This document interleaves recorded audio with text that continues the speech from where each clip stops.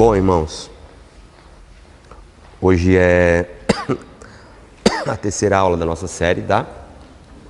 Nós falamos aí, nossa série se chama Os Quatro Fundamentos: arrependimento, conversão, batismo e ceia. Depois, quem não assistiu, assista a série completa lá no YouTube, se inscreva lá no canal para você não perder o conteúdo e para que você também possa valorizar o ensino da sua igreja. Eu acho interessante porque eu já conversou com muitas pessoas acerca de várias coisas que acontecem em ministérios, né? E geralmente, eu lembro que a gente fazia às vezes um trabalho diferenciado aqui e conversando com pessoas de outras igrejas, elas falam, cara, na minha igreja eu queria muito que tivesse isso, eu queria muito que a gente pudesse aprender, pudesse acontecer alguma coisa e às vezes a gente está aqui dentro e não valoriza o que tem, entendeu? Aí tem que vir um de fora falar que, cara, eu queria muito que tivesse isso na minha, infelizmente não tem. E às vezes a gente está aqui dentro e não valoriza o que tem na nossa. Então valorize a sua igreja em todos os aspectos dela, tá bom?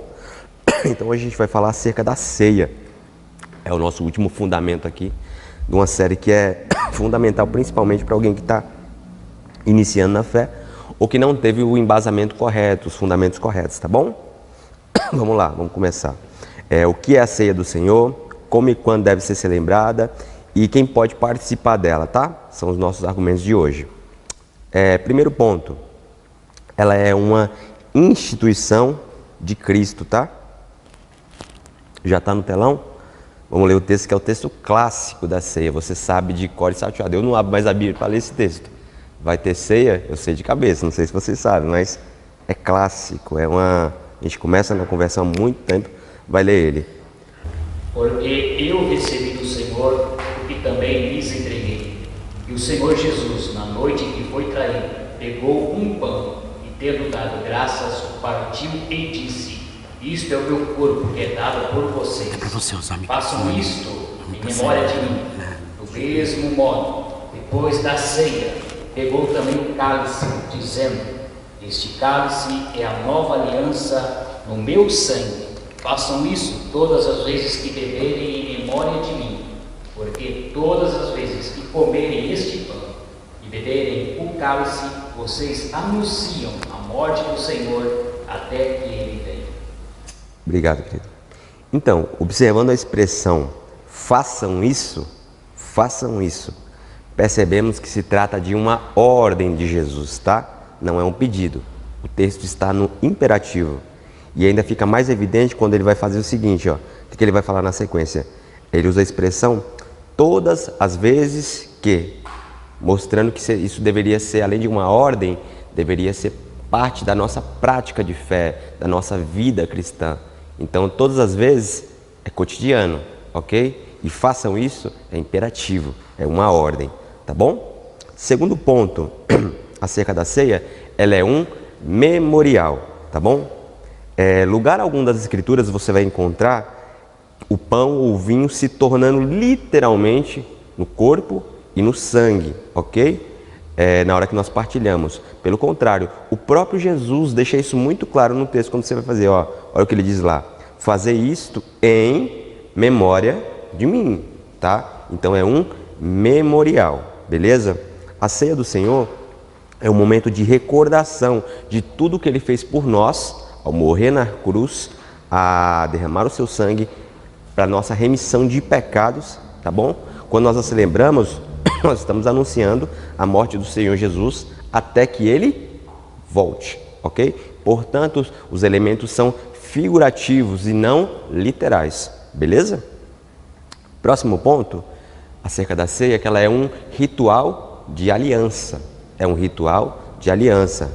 Os orientais, eles dão muito valor às alianças. Você vai ver muito isso na Bíblia, mas para a gente, que é brasileiro, digamos assim, não tem tanto sentido, entendeu? A única aliança forte que nós temos aqui, digamos assim, no Brasil, seria o casamento, que o pessoal ainda trata como uma aliança.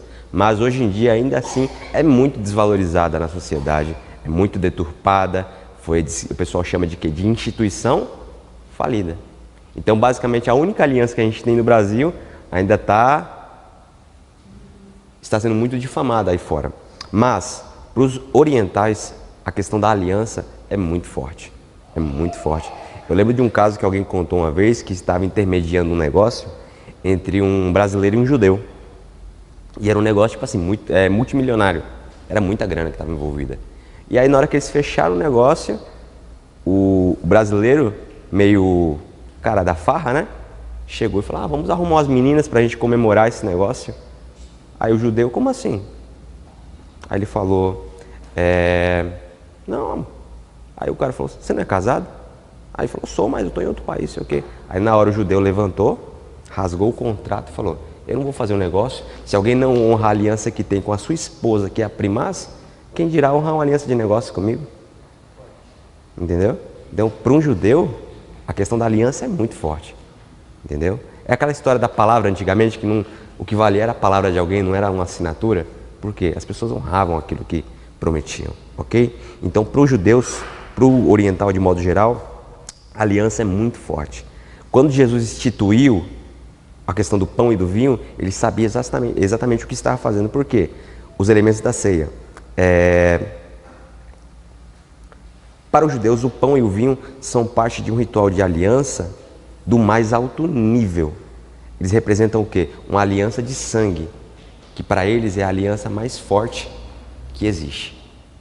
É a aliança mais forte que existe. É a aliança de sangue. Então, quando Jesus ele coloca esses dois elementos como parte dessa aliança, ele estava fazendo o quê? Ele estava instituindo algo muito sagrado. Não era simplesmente, peguei aqui porque a gente está comendo, vamos pegar esses dois negócios aqui e isso aqui vai ser óleo. Não, tinha um sentido literal por trás, tá? Ao contrário, em uma aliança desse nível, as partes estavam declarando que elas iam se misturar à vida. Que tudo que era de uma era da outra e vice-versa. Isso era um ritual de aliança de sangue, tá? Aí Jesus declara que na ceia que o cálice era a nova aliança no seu sangue, ok? Então toda vez agora que você lê aquele texto no momento da ceia, esse é o Novo Testamento ou a nova aliança no meu sangue. Não é só uma declaração, tá? É literalmente uma aliança que ele faz com você do mais alto nível, em que ele se compromete a misturar a vida dele com a sua. E ele espera que você misture a sua com a dele. Entendeu? É muito forte isso daqui. Não é simplesmente um memorial simples. É algo muito profundo, enraizado dentro da gente. Ok? No Velho Testamento, nós encontramos Abraão indo ao encontro de Melquisedeque, sacerdote do Deus Altíssimo, levando o quê? Pão e vinho. Só pode ler, querido, por gentileza? E Melquisedeque, rei de Salém, trouxe pão e vinho, e ele era sacerdote do Deus Altíssimo. Ele abençoou Abrão e disse: Abrão, seja abençoado pelo Deus Altíssimo, que criou os céus e a terra. Está em Gênesis 14, 18 e 19. O que é isso? Um ritual de aliança. E é fantástico porque tudo que está no Antigo Testamento aponta para o Novo. Aquela questão, isso aí, irmão, você pode repreender severamente quando alguém falar isso para você. A questão de, não, isso é Velho Testamento. Nós estamos na graça, nós estamos na nova aliança. Esquece, irmãos. Uma coisa não é que a velha aliança ela deixou de existir. Ela se completou em Jesus. Tudo se mistura uma na outra. Não é que uma deixa de ser. A lei era sombra perto de Cristo, mas ela não foi inutilizada. Ela se tornou obsoleta porque Cristo a cumpriu vividamente, ok? Então, não é que ela deixa de existir, ela se completa com a nova. Então, alguém que despreza a antiga aliança está desprezando todo o apontamento feito para Cristo, ok? É que nem você querer casar e desprezar a família do seu cônjuge. Você está dizendo o quê? Eu te amo, mas eu enojo aquilo que te gerou. Tá bom? Não faz sentido. É uma coisa com a outra. Quando a gente fala, você não casa com a pessoa, você casa com o pacote completo. Tem lá os cunhados meio malucos? Tem, irmão. Toda família tem. Tem do lado de cá também, vai ter umas pérolas na sua família? Não seja hipócrita, vai ter também. Não desprezem, mas é uma aliança, tá? É completo, as coisas não se desligam, elas se completam, ok? Vamos lá. Olha só, por exemplo, só para afirmar aqui o que diz aqui em 1 Coríntios 6, 17. Mas aquele que se une ao Senhor é um só Espírito com Ele. Ok? Antiga e nova aliança, tá bom? Vamos lá. Jesus deixou bem claro aos que seguiam, que os que o seguiam, que não bastava simplesmente simpatizar com ele.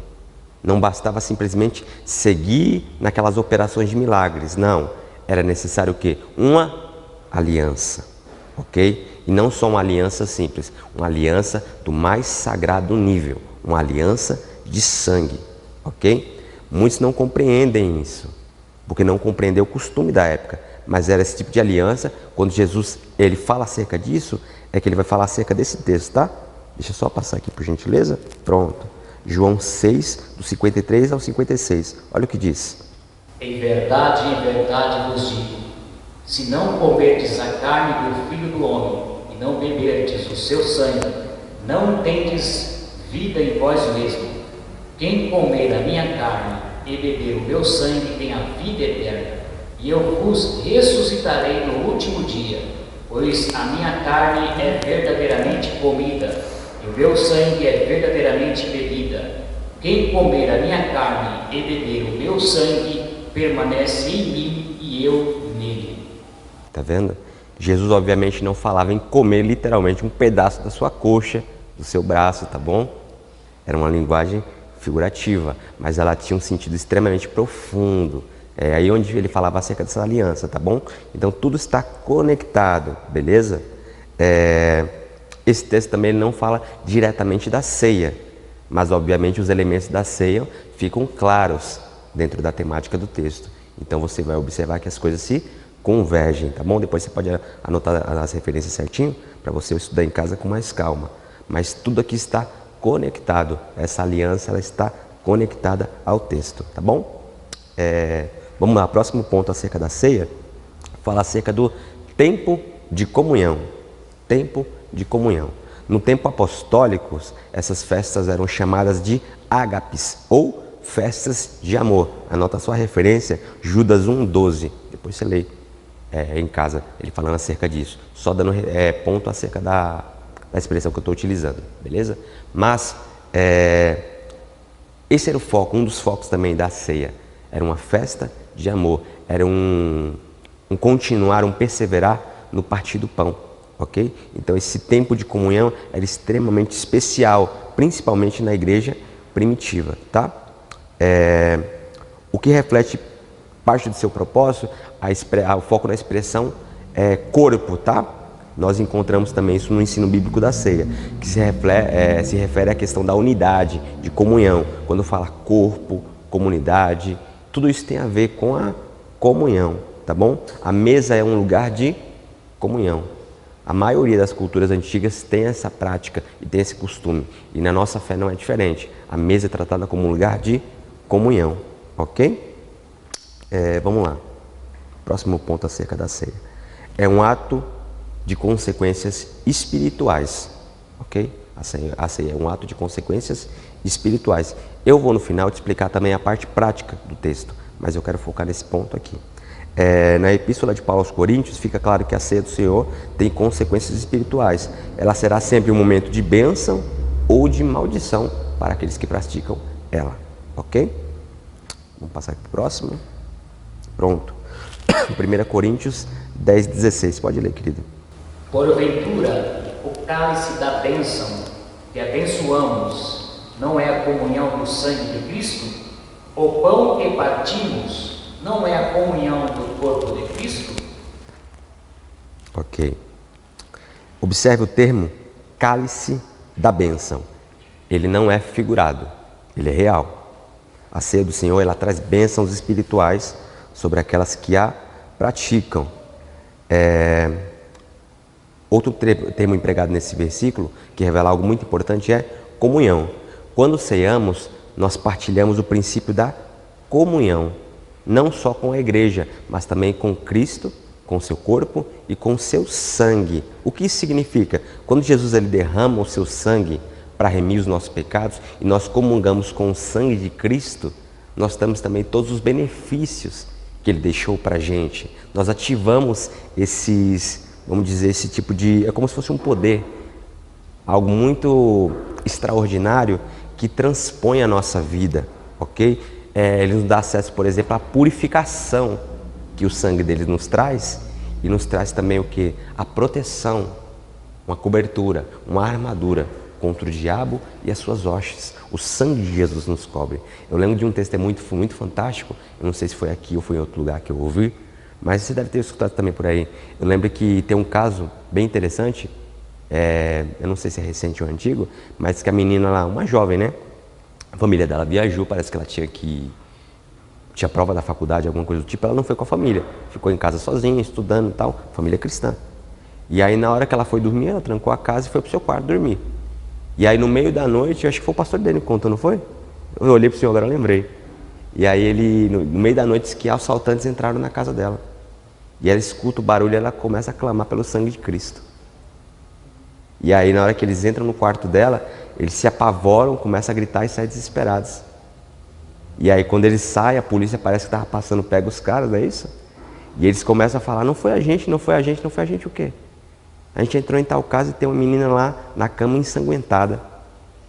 E eles vão, a polícia vai correndo rapidamente. Quando chega lá, ela estava dormindo tranquila. Eles chegaram lá e viram o sangue de Cristo sobre a menina. E ela estava protegida. Foi muito forte essa história, muito forte. Ô Rony, é igual o sangue nos umbrais das portas, né? Sim, eu vou dar essa referência agora. Ó. Êxodo 12, 23 e Apocalipse 12, 12. 12, 12. Eu não coloquei aqui na programação para ler não, mas o senhor pode ler na sua Bíblia. Êxodo 12, 23. Já que o senhor falou, eu também coloquei na programação, vamos ler que esse texto é fantástico.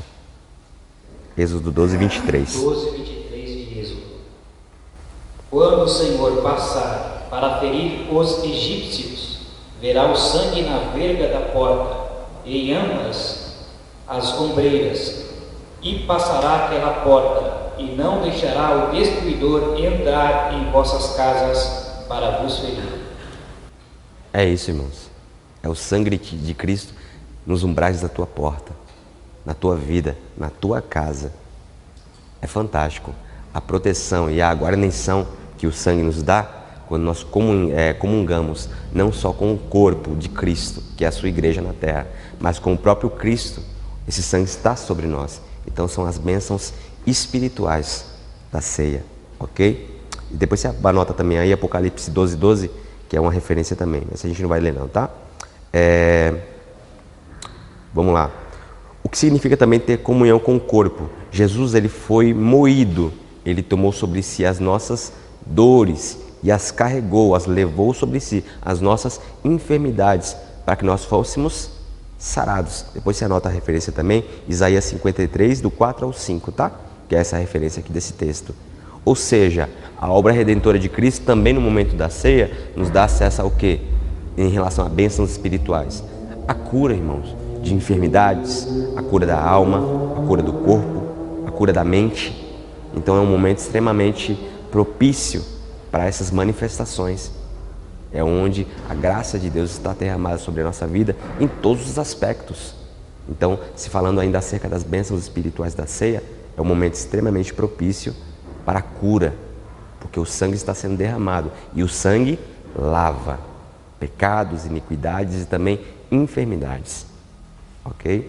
Eu estou preparando justamente uma mensagem depois acerca disso, que fala dessa questão da Jesus. Jesus, quando ele faz a sua obra salvífica e nos devolve o seu espírito, que havia sido perdido no Éden, é uma chance não só de salvação. As pessoas perdem muito acerca da vida, digamos assim, da vida material, porque elas só creem no âmbito espiritual. Jesus veio salvar a minha alma. Não, ele veio te redimir.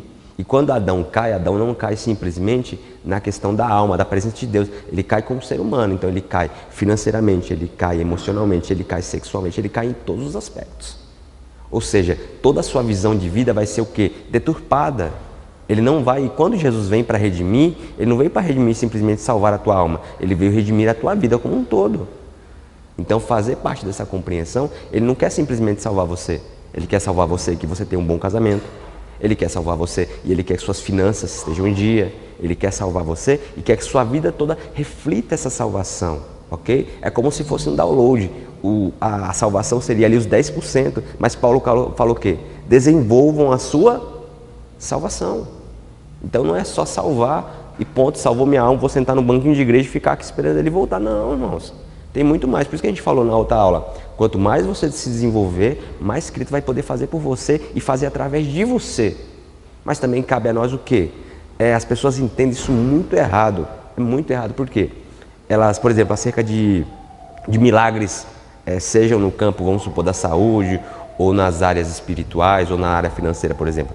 Elas acham que a questão da salvação e da fé é simplesmente Jesus mandar uma provisão para ela. E a questão da doação, isso, a gente fica muito mal acostumado com isso. Ah, Jesus vai mandar um milagre. Cara, mas, olha só que louco. Quando Adão estava no Éden, depois que ele peca, qual é o mandato e as maldições que ele sofre? Ele é expulso do jardim e ele falou o que na sequência, pastor? Com trabalho, você vai obter o quê? O fruto da terra. Com suor, meu irmão. O que acontecia no Éden? O mandato original do homem em relação ao Éden foi o quê? Colocou Deus e o homem no jardim para fazer o quê? Para lavrar e guardar. Ou seja, Adão já trabalhava. Lavrar aqui é lavrar, é trabalhar. Ok? Quando ele peca e ele cai, fala o quê? Com trabalho, com o suor do teu rosto, você obterá o sustento. Ou seja, ele já trabalhava no Éden, só que as coisas eram orgânicas. Ele derramava a semente e a terra devolvia o fruto. A partir do pecado, o que ele tem que fazer? O quê? Ele vai ferir a terra com a enxada lá, vai fazer toda a bagaceira. É um sacrifício absurdo para colher aquilo. Jesus devolve o quê? O teu espírito com toda a chance de pegar tudo aquilo que era orgânico. Ok? A Bíblia começa com o jardim e termina com a cidade. Entendeu? Você não vai ficar simplesmente... A nossa ilusão é a gente achar que vai ficar no céu, sentado numa árvore 24 horas por dia, falando glória, glória, glória, glória, glória. Não é assim que o pessoal ensina? Aí você sem entendimento, fala, nossa, deve ser chato, cara. 24 horas por dia, 7 dias por semana, fora que não vai ter nem tempo, né? E você acha que vai ficar assim, é um replay. Pá, pá, pá. Não, irmãos. Vai existir coisas a serem construídas. Vai existir propósito. O texto fala na última página lá o quê? Que não haverá sol porque o próprio Cristo brilhará sobre nós. Vai ser fantástico. Você quer ficar sentado, olhando para cima a vida inteira? A eternidade? Não. Existem muito mais disso. Muito mais. Então, nunca mais pense ou ache que você foi salvo simplesmente para sentar nessa cadeirinha e esperar você ser tomado da terra, não. Vá para cima da vida. Mas vá para cima entendendo o quê? Que Jesus ele não quer simplesmente te entregar um milagre. Ele quer tornar tudo orgânico que um dia foi perdido. Agora você vai fechar o negócio, não é mais aquela luta para fechar o negócio, não. O reino devolve o quê? Essa questão orgânica da vida. Você vai trabalhar, mas não simplesmente com suor do teu rosto, não. Você foi devolvido essa questão. Falta você desenvolver essa parte, entender que a fé não veio só salvar a sua alma, mas a sua vida como um todo. Então, tudo isso vai se tornar orgânico novamente, tá? Eu fugi desse ponto aqui, mas fez uma conexão interessante. Eu vou fazer um sermão sobre isso, só sobre isso. Posso dar um... Por favor, querido. Então, Adão suou porque perdeu o jardim. Aí, a consequência da perda foi o suor. Jesus suou sangue porque ele estava remindo para trazer o jardim de volta para frente. Olha que fantástico. Não escolher se apropriar de tudo isso, a gente falou acerca disso na aula passada, apropriação. Você entende que tudo foi feito por você, primeiro você identifica, o primeiro ponto do batismo, você faz a identificação de toda a obra salvífica de Cristo. E o segundo ponto você faz o quê? Você se apropria de tudo aquilo que Ele fez por você. Agora, se você não quer se apropriar, irmão, o problema é seu. Lembra que eu falei isso acho que no primeiro dia da série, da série, ou foi na série passada? Você pode ser salvo e ser miseravelmente salvo. O que isso quer dizer? Nada, cara. É que nem eu contei acerca da parábola dos talentos. 2 granjearam e renderam frutos para o seu senhor, e um deles fez o quê? Escondeu na terra, cavou um buraco, escondeu na terra, para devolver só aquele talentinho. Vai ter gente no último dia assim, tá aqui, Senhor, a minha salvação eu não perdi. Fiquei escondido, não fiz nada pelo mundo, mas também não perdi, tá bom? Lembre-se do final do texto. Servo preguiçoso, jogue ele onde há choro e ranger de dentes. Ele não mandou você ficar sentado, ele mandou você fazer, ele te deu habilidades Entenda isso, a graça não exige nada de você, nada, mas o reino exige tudo de você, ok? Ah, Rony, é difícil, não, é questão de compreensão. E o Evangelho Eterno, ele restaura tudo aquilo que foi perdido. Leia depois assista depois a nossa última série, Evangelho da Graça, Evangelho do Reino e Evangelho Eterno. Na graça você é salvo, no reino você é reposicionado e na eternidade você é redimido, restaurado com todas as coisas. É um processo que se completa, ok? Mas vamos se localizar aqui, que a gente saiu bastante do tema. Vamos lá. Isso está falando acerca da questão das bênçãos espirituais e acerca da cura também que a ceia nos proporciona. Aí o texto vai falar depois lá, né? Muitos estavam fracos e doentes na igreja de Corinto, por não discernirem o corpo do Senhor também na ceia. Então, essas fraquezas e doenças podem ser espirituais, podem ser emocionais. Então, cabe a gente essa remissão completa da nossa vida, tá? Tá, acho que aqui já foi. Vamos para o próximo ponto. A ceia deve ser um momento especial de comunhão, reflexão, devoção, fé, adoração. Deve ser feito com todo temor e tremor, entendendo que aquele momento é sagrado, ok? É um momento sagrado. É um ato de consequências espirituais, então deve ser feito com todo cuidado. Vamos lá. Próximo ponto aqui é acerca da maldição, que é a questão de não discernir. A Bíblia ela não usa especificamente essa palavra, mas ela mostra na sequência do texto que o juízo de Deus veio para aqueles que não discernem, que fazem aquilo, um momento que é tão sagrado, de forma leviana. Depois de ter dito, ao participar da mesa do Senhor, que está anunciando a morte do Senhor até que ele venha, Paulo, inspirado pelo Espírito Santo, diz o seguinte, traz a seguinte advertência, que está em 1 Coríntios 11, do 27 ao 32, que diz assim: Por isso, aquele que comer o pão ou beber o cálice do Senhor indignamente será réu do corpo e do sangue do Senhor. Examine-se, pois, o homem a si mesmo, e assim coma do pão e beba do cálice. Pois quem come e bebe, sem discernir o corpo, come e bebe juízo para si. Eis a razão, porque há entre vós muitos fracos e doentes, e não poucos que dormem, porque se nos julgássemos a nós mesmos, não seríamos julgados, mas quando julgamos, somos disciplinados pelo Senhor, para não sermos condenados com o mundo. Para muitas pessoas, a ceia é algo que as amedronta. Por isso que eu falei para vocês, por exemplo, no nosso método de igreja, digamos assim, na nossa forma de fazer igreja, por exemplo, aqui, em muitas igrejas, pessoas que não são batizadas não ceiam.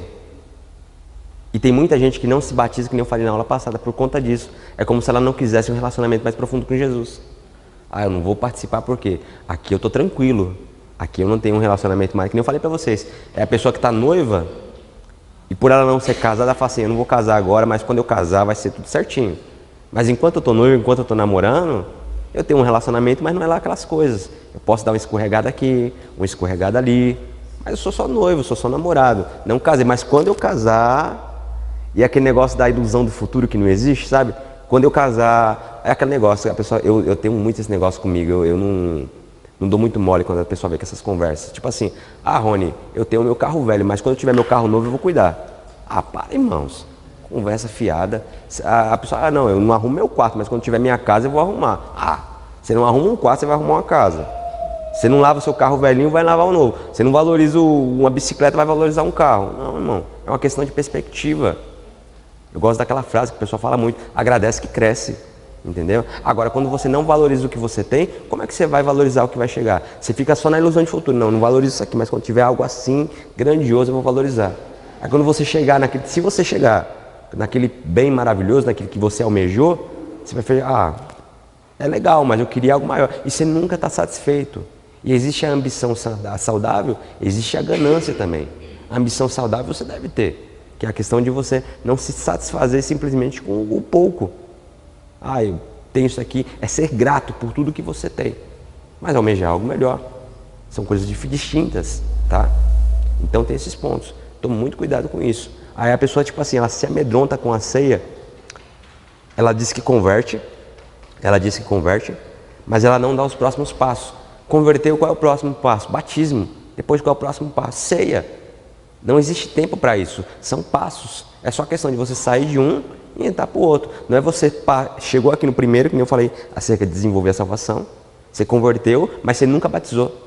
Você converteu, mas você nunca ceiou. Por quê? Você está confortável no rasinho.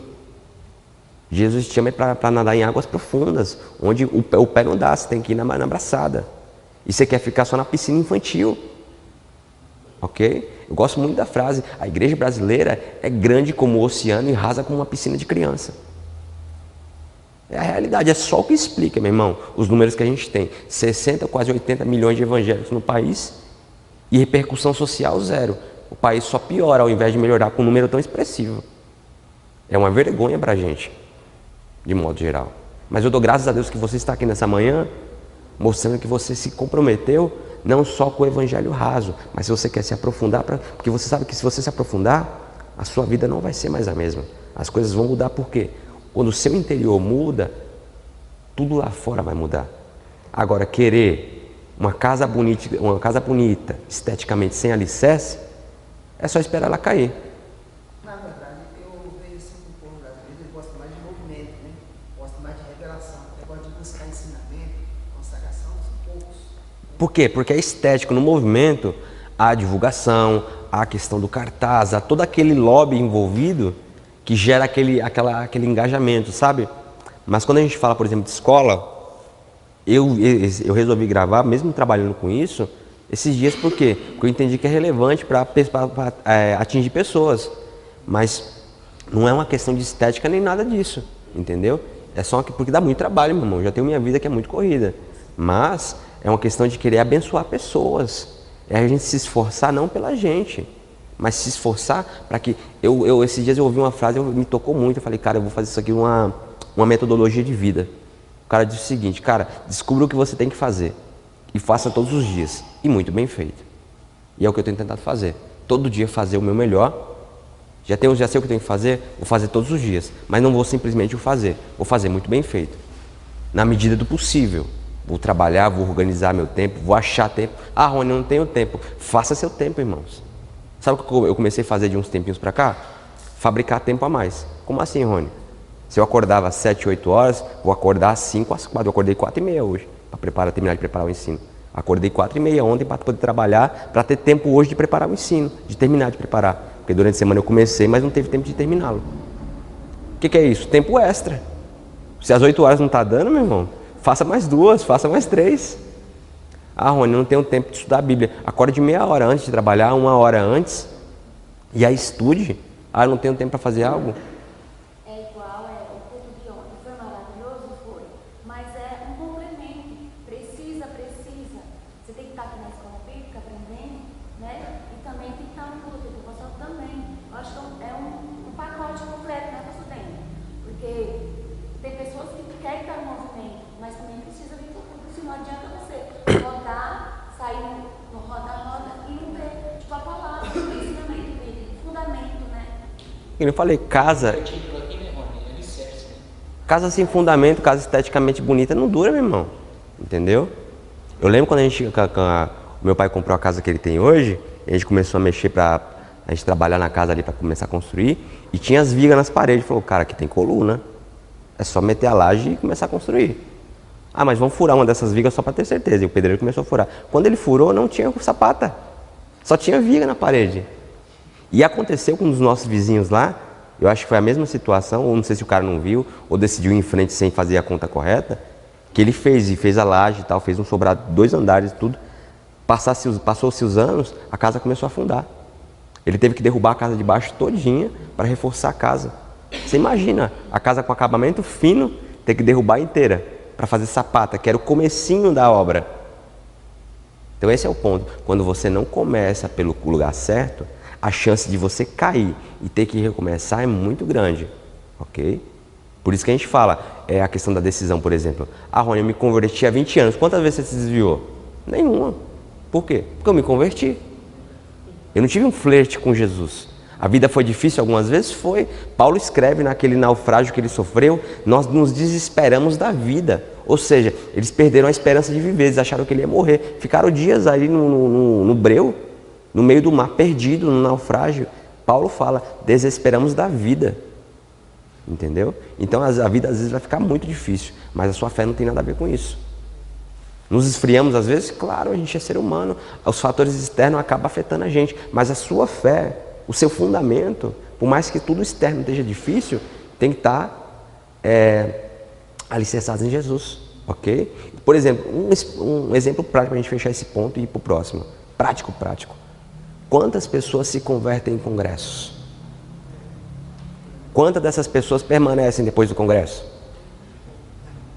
Passa-se 1, 2 meses, fulano o quê? Some. Por quê? No congresso a gente faz uma atmosfera. O correto seria que todos os dias fosse que nem congresso. O correto seria esse, mas não é. A vida não é assim de festa. Mas pensa comigo, no congresso, por exemplo, eu liderei juventude acho que 3 anos aqui. O que acontecia no congresso? Cara, a gente botava a galera para orar. A galera orava 2, 3 meses direto. A gente fazia, a gente desmontava aqui a igreja, eu sempre tive esse costume. Grande parte do que a gente tem aqui a gente fez na mão. Desmontava a igreja e fazia um cenário. Não é uma questão estética, irmãos, é fazer o melhor. Quando Deus, Salomão foi construir o templo, cara, ele fez tudo que podia fazer ao seu alcance, de bom e de melhor. Por quê? Porque era para Deus. Então a gente fazia roupa, fazia identidade visual, fazia divulgação, impulsionava no tráfego da questão botava dinheiro para a rede social chegar para mais pessoas. Você fazia convite, a gente fazia de tudo para fazer algo acontecer, para trazer gente para ser abençoada. Cara, você quer que algo não aconteça fazendo tudo isso? Algo acontecia. Mas o problema é o quê? Naquele momento do congresso, é uma atmosfera diferente. A igreja está voltada para aquilo. A gente cansou de ver aqui gente lá fora, não cabia de gente. Mas o que acontecia? Cara, teve acho que congresso que quase 20 pessoas, 30 pessoas aceitaram Jesus ou se reconciliaram. Mas 6 meses depois, quantas dessas pessoas estavam? Pouquíssimas. Entendeu? É uma questão de quê? Alicerce. Alicerce que vai fazer você continuar. É a palavra que vai fazer você persistir. Não é música, não é nada, é a palavra. Ok? Todo o resto é o quê? Complemento. Louvor é muito bom? Obviamente. Ornamentação, uma boa mídia, tudo isso é muito bom. Mas o que fundamenta é o quê? A palavra. Sem ela, meu irmão, esquece o restante. Ok? Ela é o fundamento. Tá? Então vamos em frente aqui só para a gente fechar esses pontos. Deixa eu só me localizar aqui. Vamos lá. Assim. Mas a Bíblia não nos manda deixar de tomar, e sim fazer um autoexame antes. A Bíblia em nenhum momento falou naquele texto para você não tomar a ceia. Ela falou o quê? Examine-se, pois, o homem é assim mesmo. Ela não falou não toma, ela falou examine-se, ok? Se houver necessidade de acerto, é bom que você tem que fazer isso o mais breve possível, ou rapidamente. Se a pessoa está aqui na igreja, como tem o costume em algumas igrejas, se ela está aqui e você teve um desentendimento com ela, você deve se levantar do seu lugar e ali pedir perdão para ela, mas não pedir perdão para passear. Pedir perdão porque você se arrependeu e de repente só no momento da ceia caiu a ficha da burrice que você havia feito, ou que ela havia feito, ou se ela que fez e ela não percebeu e ela não veio até você, vá até ela. É assim que funciona, ok? A questão da... Cara, a gente vê isso muito. Às vezes a pessoa vai lá e eu acho uma cerveja com isso, irmão. Sinceramente. Eu acho um absurdo a pessoa chegar no dia da ceia, levantar do lugar dela e ir lá pedir perdão para outra para tomar ceia. Mas ela não se arrependeu. Ela não está nem aí com o que ela disse. Ela só quer pedir o perdão para poder participar da ceia. Cara, e qual o sentido disso? Se ela não se arrepende, se ela não está nem aí, se ela não pretende mudar, ela só quer pedir perdão para participar da ceia. Eu fico imaginando Jesus olhando lá e vendo um negócio daquele. Cara, que ser humano é esse? Meu Deus do céu. Ele acha que eu vou receber uma ceia dessa? Ele acha que... E aí, no final da aula, você vai entender isso com mais propriedade, que eu separei um conteúdo bacana. Mas é só para você entender o quão absurdo é isso.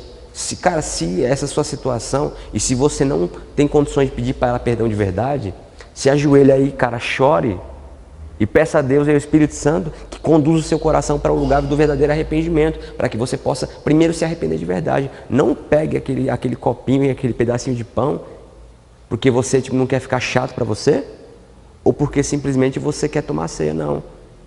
Se confessarmos os nossos pecados, Ele é fiel e justo para nos perdoar os pecados e nos purificar de toda injustiça. Ok? Então ele faz a parte dele, mas faça a sua. Não queira, eu acho um absurdo, não queira pedir perdão para cear. Não queira simplesmente porque você quer cear, mas você não se arrepende, tá? Então, faça as coisas certinho. Deixar de participar, que nem eu falei. Não vou batizar, não vou cear porque eu estou me amedrontando. É como se você não quisesse um compromisso mais sério. Deixar também de cear é desonrá-lo. Você começou na fé, mas você não progride. Isso também é uma desonra, por quê? Você está mostrando para ele que você quer um relacionamento leve. E Jesus, como eu falei no começo, ele nunca quis seguidores, ele nunca quis gente para ficar andando pertinho dele. Ele queria aliança. Se você não quer aliança, também é uma desonra. Eu quero parte da fé. É que nem as pessoas que querem todos os atributos da graça, mas não querem nada do que ela requer de você. Não quer renúncia, não quer nada disso. Ele só quer a graça barata. Ele quer o amor, ele quer a bondade, ele quer a bênção. É aquela oração, Deus abençoe o nosso rolê. Entendeu? Eu acho um absurdo aquele adesivo, cara. É que nem os caras fazendo oração para ir roubar o banco. Já viu esses negócios? É uma história absurda, cara. O cara tá indo... A gente entende, irmãos, quem não tem o fundamento, cara. Não há justiça enquanto não há entendimento. Só a questão da lei da consciência. O cara não tem entendimento suficiente, mas a consciência está lá. Para quem não tem o espírito, a consciência é o limitador que Deus colocou no ser humano. Ok? Quando a pessoa passa do nível da consciência, ela é como um animal. Ela foi entregue realmente ao pecado. Ok? Então, só para ficar claro, vamos para o próximo ponto aqui. Tá. Participar da mesa do Senhor tem consequências espirituais. O cristão ou é abençoado ou amaldiçoado. Não há meio termo. A refeição não é apenas um simbolismo. Não se participa da ceia do Senhor como se participa de uma cerimônia qualquer, pois é um momento santificado por Deus e que tem implicações no reino espiritual. Ok? Então é algo sério. Tá bom? Próximo ponto. Quem participa? Quem participa? A ceia é um ritual de aliança, destina-se, portanto, aos que se encontram em aliança com Cristo, ou seja, aqueles que nasceram de novo e estão em plena comunhão com Deus e com a igreja. Essas são as pessoas que podem participar da ceia. Por exemplo, tem igrejas, vou citar alguns exemplos para você entender como é que funciona de igreja para igreja, mas tem igreja que só serve a ceia do rol de membros dela, ou seja, ela tem um culto fechado para a ceia e é só para os membros. Se tiver um visitante, ele é de outra igreja, tal, está em ordem com a igreja, está em ordem com Deus, mas ele é de outra igreja. Aquela igreja não vai servir a ceia para ele, porque ele não faz parte do rol de membros dela. É algo extremamente errado. Eu acho errado. Por quê? Se ele faz parte do corpo, do sangue, tudo bonitinho, por que ele não pode cear? É a questão, vai ter placa no céu, vai ter assembleia, vai ter batista. Não, não vai ter, irmão. É uma família de fé, é a família de Cristo. São os irmãos de Jesus. Os irmãos mais novos, ele é o primogênito. Nós fomos enxertados na oliveira, tá? Mas eu particularmente eu acho estranho, não acho legal isso daqui, eu acho incoerente. Há também aqueles que afirmam que só pode se batizar, ceiar quem se batizou na água. Não tem sustentabilidade bíblica para isso. Não tem, tá? Mas, hoje em dia, como eu citei na aula passada, a gente faz isso uma questão de ordem. Por quê? Hoje em dia há muito espaço para as coisas. Então, cara, você aceitou, que nem eu falei, isso é um passo a passo. Você aceitou a Cristo, batismo e ceia. Se você quer ceiar sem antes passar por batismo, sendo que hoje em dia tem a oportunidade, talvez tenha algo errado. Então eu defendo essa questão que o presbitério das igrejas colocaram, por quê? Por uma questão de ordem. Isso é uma questão mais de ordem humana, não é um mandamento divino, tá? Não tem sustentabilidade bíblica para afirmar que alguém só pode ceiar depois de se batizar. Não, não tem isso. Só que as igrejas colocaram isso por quê? Por uma questão de ordem. Para diminuir a bagunça, porque na real é assim, irmão, você sabe como é que funciona. Se libera tudo, vira uma zona. Então a gente tem... Por que Deus colocou Moisés para liderar aquele povo? Moisés vai lá, Deuteronômio, o maior sermão que existe na Bíblia. Aquele livro inteiro é um sermão, irmãos. Moisés no caminho falando com o povo, assim, assim, assim, assim. Deuteronômio é um sermão inteiro, correto, pastor? É um sermão inteiro. Por quê? Porque se você não bota a lei, meu irmão, vira bagunça. Entendeu? Hoje a gente vive em outra era, obviamente, mas se a gente deixar, largar de mão, o povo vai bagunçar de novo. Então é mais uma questão de ordem instituída pelos homens do que uma questão bíblica, tá? Mas ela tem a fundamentação aqui, tá? Tem a fundamentação. Mas é só uma questão de você organizar para não virar uma bagunça. Então, quando a gente falou, tem a possibilidade, converteu, procura o batismo. Procurou o batismo e já vai estar inserido na ceia. É só uma questão de um passo a passo, tá bom? Vamos lá, vamos em frente. Assim, os critérios básicos são estar aliançado com Cristo e com vida espiritual em ordem. Contudo, não proibimos ninguém de participar. Apenas ensinamos o que a Bíblia diz, para que cada pessoa julgue-se a si mesma. Nem Judas Iscariotes, em pecado e endemoniado, foi proibido de participar da ceia. Olha lá o texto. Ora, Satanás entrou em Judas, chamado Iscariotes, que era um dos 12. Mas eis que a mão do traidor está comigo à mesa. Jesus estava lá, não proibiu o cara de participar da ceia. Mas, obviamente, o cara não discerniu nem o corpo nem nada. O cara estava lá endemoniado e ceando. Ah, então não pode? Se Judas ceiou, pode. Olha o fim de Judas, meu irmão. Você quer o mesmo fim de Judas? Ok? Então, só para organizar esses pontos, tá? Vamos lá. Então, a instrução é o quê? Que cada pessoa examine-se a si mesma, tá? Esse é o ponto central da questão da ceia, tá bom? Vamos lá, próximo ponto. Onde acontece? Não há um lugar determinado para que se realize a ceia. Onde quer que os cristãos estejam, ela é realizada, tá bom? No livro de Atos, lemos que o pão era repartido de casa em casa, Atos 2,46, é só a referência, tá? E que nos deixa totalmente à vontade para celebrá-la em células ou na própria casa, num culto doméstico, tá? Então esse é um fundamento que de casa em casa é possível. É interessante também que Paulo em Coríntios ele usa as seguintes palavras: quando vos reunir na igreja, tem 1 Coríntios 11, 18 e 34. Ou seja, Coríntios tinham partido pão de casa em casa, mas pelo texto dá-se a entender que havia um local que eles arrumaram para se tornar uma igreja. Por quê? É a questão que a gente tem hoje. Começou a chegar muita gente e não tinha casa que suportava. Arrumaram um lugar maior para reunir os crentes. É uma questão de organização. Imagina uma igreja com 1000 membros, como é que você vai de casa em casa? Não tem como. Então, para reunir aquele povo ali uma vez por mês, o que o pessoal faz? Toda uma logística, uma organização para cear. Igrejas que trabalham com células, como é que elas funcionam, por exemplo? Cara, toda igreja que trabalha com célula, elas têm as ceias nas células, na casa de cada um dos irmãos, e tem uma ceia mensal com todos os irmãos na igreja. Geralmente, toda igreja de célula é assim. Por quê? Porque elas praticam esses dois princípios. Tá? Nenhum dos dois está errado, os dois estão corretos. O segundo foi dado porque cresceu muito o número de pessoas, não dá para fazer de casa em casa. Então é só uma questão de organização, tá? Olha, devido à pandemia, vi alguns pastores fazendo a transmissão da ceia online, viu? Na live, ele estava lá celebrando e as pessoas participando. Sim, tá vendo? É uma questão de organização, ninguém deixou de cear. Nesse ponto, chegou um ponto que não dá nem para fazer os irmãos de casa em casa, porque essa é uma transmissão em massa. O que eles fizeram? Uma forma organizada de você participar com sua família, em segurança. Então, à medida que as coisas vão evoluindo também, o homem é criativo, irmão.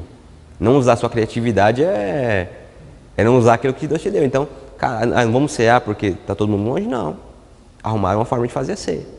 Ok? É questão também do pastor, que várias vezes foi servir a ceia lá pelo nosso irmão, né, Samuel? Sim. Você vê cada situação, ela se adequa. Ah, o irmão está lá, vai ficar 1 ano lá sem ceiar. Coitado.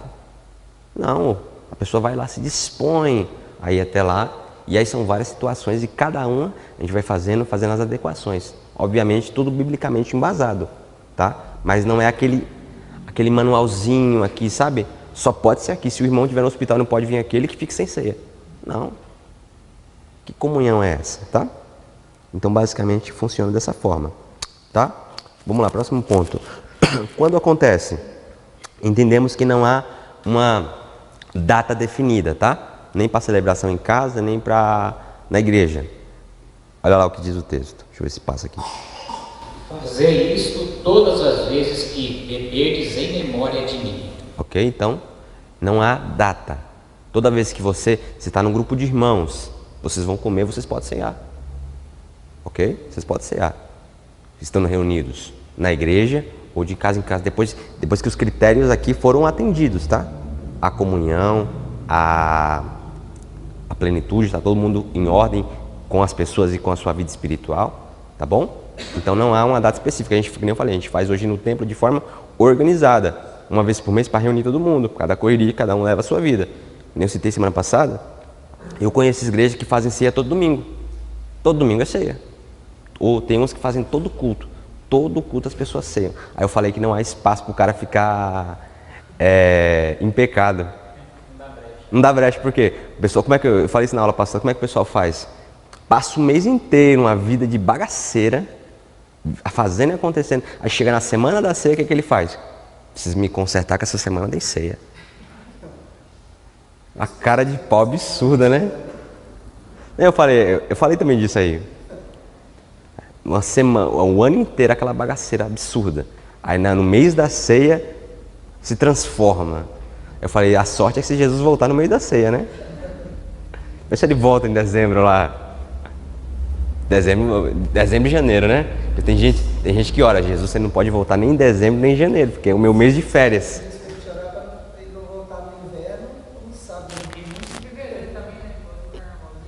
Dá aquela pulada de carnaval. Aí março volta arrependido, uns 3 filhos que arrumou no carnaval. Os que sabem. Aí pega lá as doenças e vem aqui na igreja, na cara de pau, pedir para Deus curar. Meu Deus do céu. Irmãos, é uma questão de consciência, muito complicado. Se a gente brinca aqui, a gente acha que é brincadeira. Cara, mas isso acontece demais, você não tem noção. Quando você começa a tratar com pessoas, você vê o tanto que isso acontece. Entendeu? Vamos lá. Próximo ponto. Como é celebrada?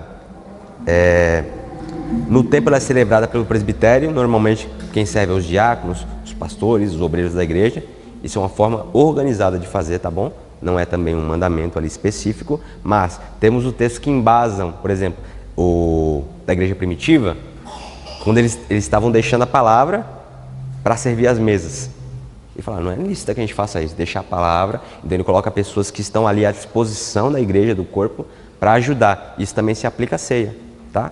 Então, cada um com a sua, como Paulo fala, nós somos um corpo e cada um com um membro diferente. Cada um com a sua especialidade, com aquilo que sabe fazer, que pode fazer ou que está aprendendo a fazer, tá bom? É uma forma organizada de fazer isso daqui, beleza? Vamos agora para a aplicação prática do texto. E aqui a gente vai ler o texto completo para poder ficar mais organizado. Você pode ler, querido, por gentileza?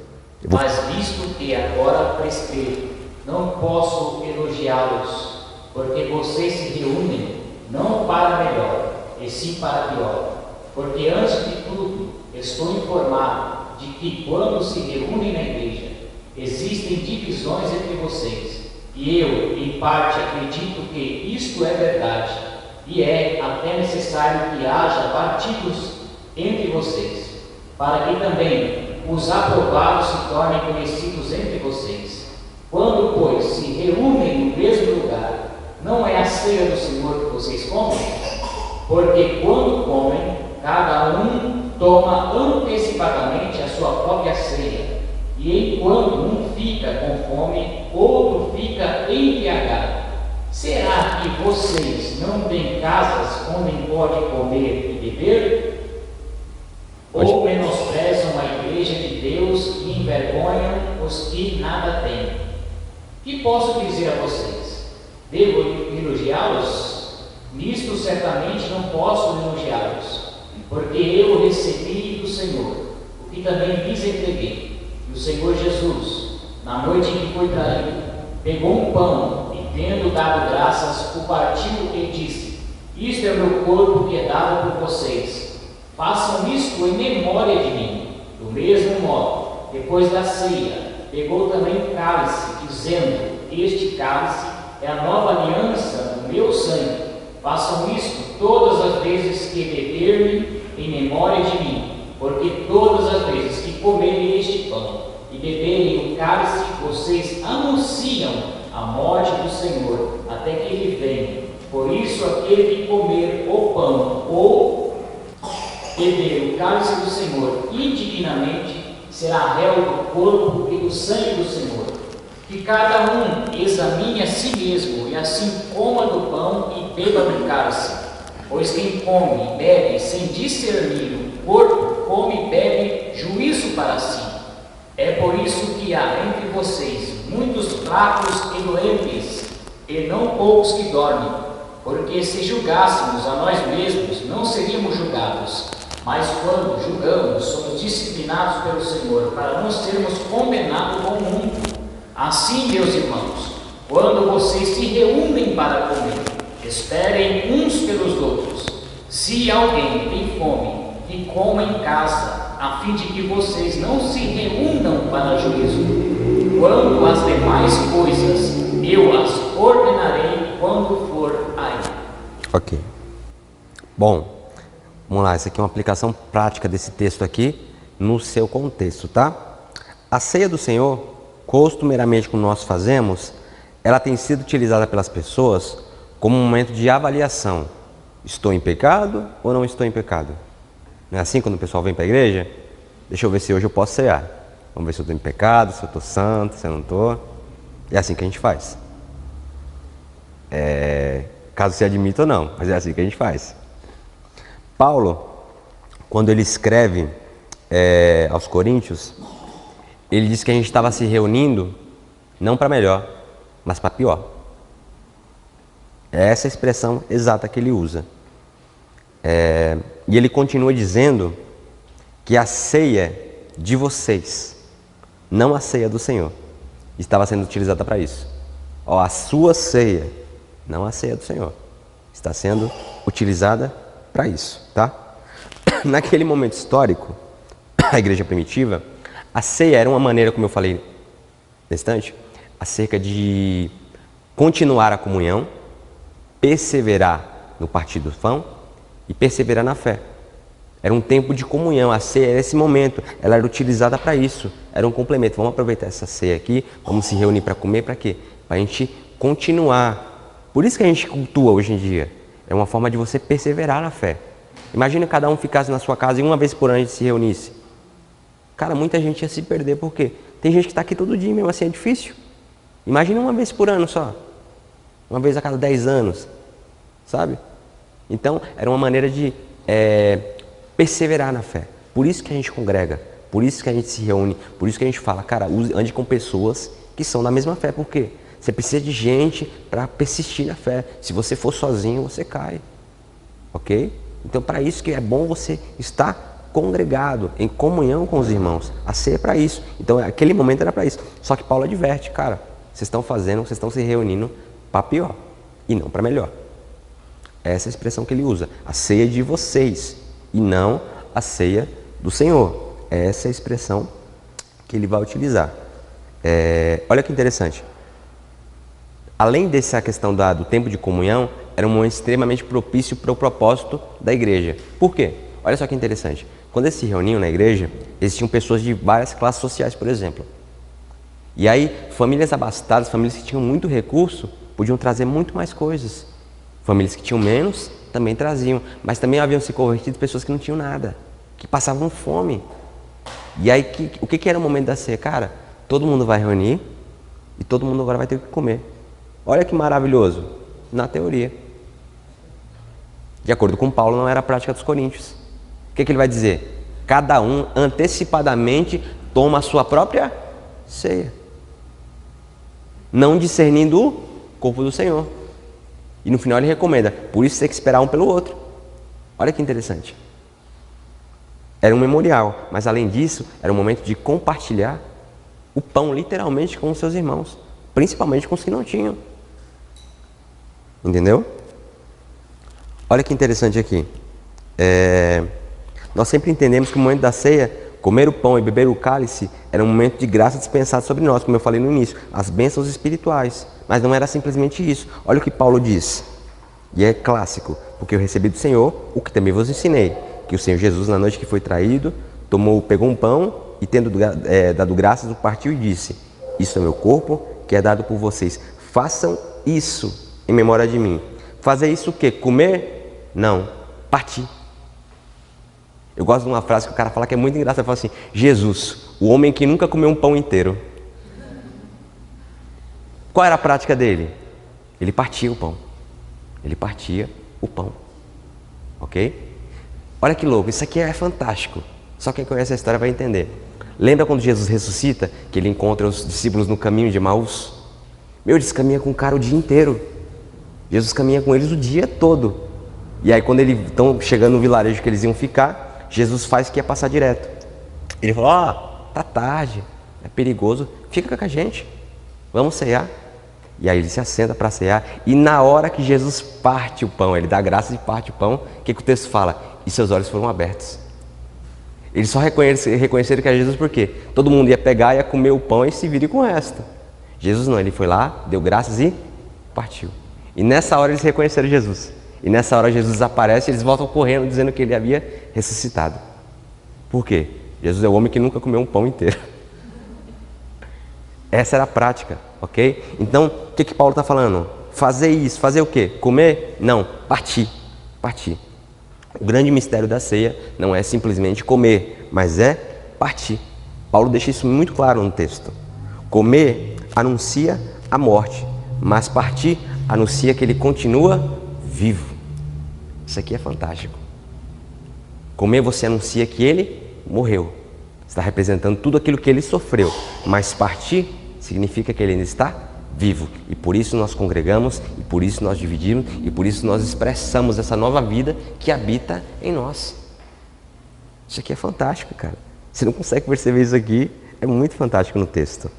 E olha só que interessante. Paulo está dizendo no texto, aos Coríntios, que na real a gente só lê do 23 para frente, né? A gente nunca lê os anteriores. Mas ele está dizendo o quê? Que os coríntios estão manchando o corpo de Cristo. É isso que ele está falando. O que vocês estão fazendo aí não está dando certo. Por quê? Cada um come a sua ceia, aquilo que trouxe de casa, tá? Enquanto uns têm fome, outros se embriagam, se fartam ao ponto de se embriagar. E tem gente passando fome nesse momento.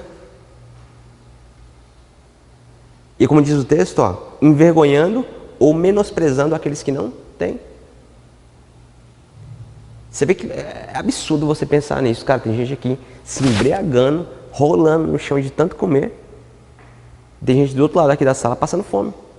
Como que pode? É a questão do contraste social. Quando a gente, por exemplo, você olha a situação do Rio de Janeiro. Você vê aqui, na frente, Copacabana, um bairro de luxo absurdo, onde você comprar uma casinha simples é R$1 milhão. E na parte de trás, quando você sobrevoa, que você olha ali atrás, tem uma favela onde o básico falta. Era isso que estava acontecendo na igreja de Coríntios. Gente se embriagando, obeso de tanto comer, e gente passando fome. E sabe o que é triste no texto? O que é doloroso? A aplicação ali, por exemplo.